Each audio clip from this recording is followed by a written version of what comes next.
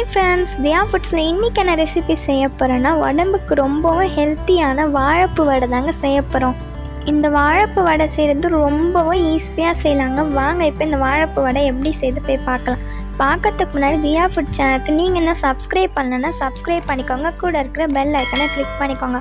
அப்போ தான் தியா ஃபுட்ஸில் போகிற ரெசிபிஸ்லாம் உங்கள் ஃபோனை தேடி வரும். நான் ஒரு குட்டி வாழைப்பூ தாங்க எடுத்திருக்கேன். இப்போ இந்த வாழைப்பூவை க்ளீன் பண்ணிக்கலாம். வாழைப்பூ எப்படி க்ளீன் பண்ணணுன்னு தெரியும், அதே மாதிரி க்ளீன் பண்ணிக்கோங்க. அந்த காம்பும் கீழே இருக்குல்ல அந்த வெள்ளை கலரில், அதையும் எடுத்துடலாம். அதே மாதிரி எல்லாத்தையுமே எடுத்துடலாம்.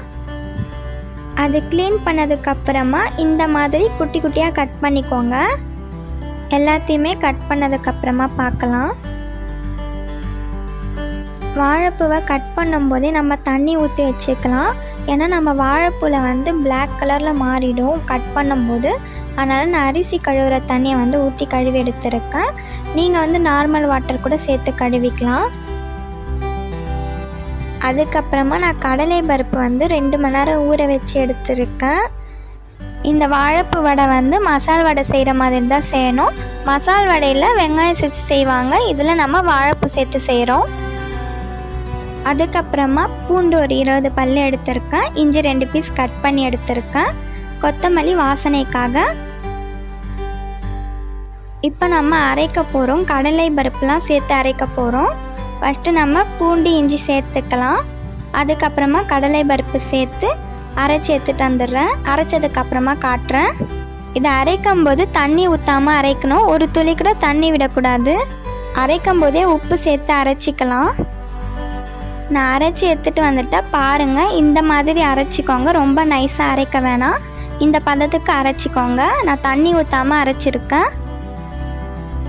இப்போ இதில் நம்ம கட் பண்ணி வச்சுருக்கிற வாழைப்பூவை சேர்த்துக்கலாம்.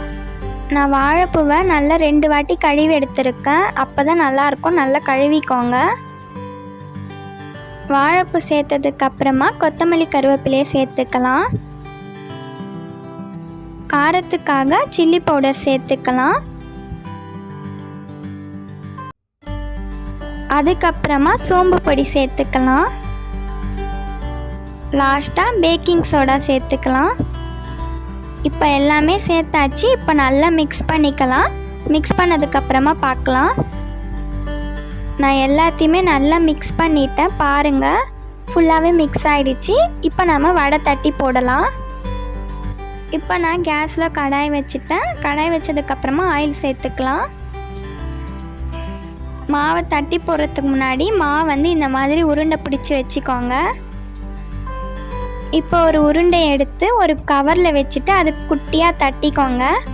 இந்த மாதிரி தட்டி இப்போ நம்ம ஆயிலில் சேர்த்துக்கலாம். எனக்கு ஆயில் ஹீட் ஆகிடுச்சு. ஒன்றொன்னா சேர்த்துட்டே வந்துடலாம்.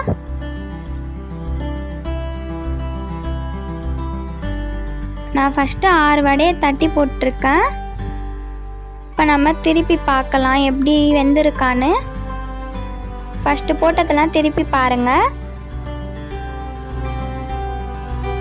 ஃபஸ்ட்டு போட்டதெல்லாம் திருப்பிட்டே வந்துடலாம். நல்லாவே வெந்துட்டுருக்கு நமக்கு.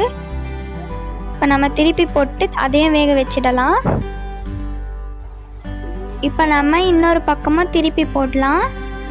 இன்னொரு பக்கமும் நமக்கு நல்லா வெந்துடுச்சு.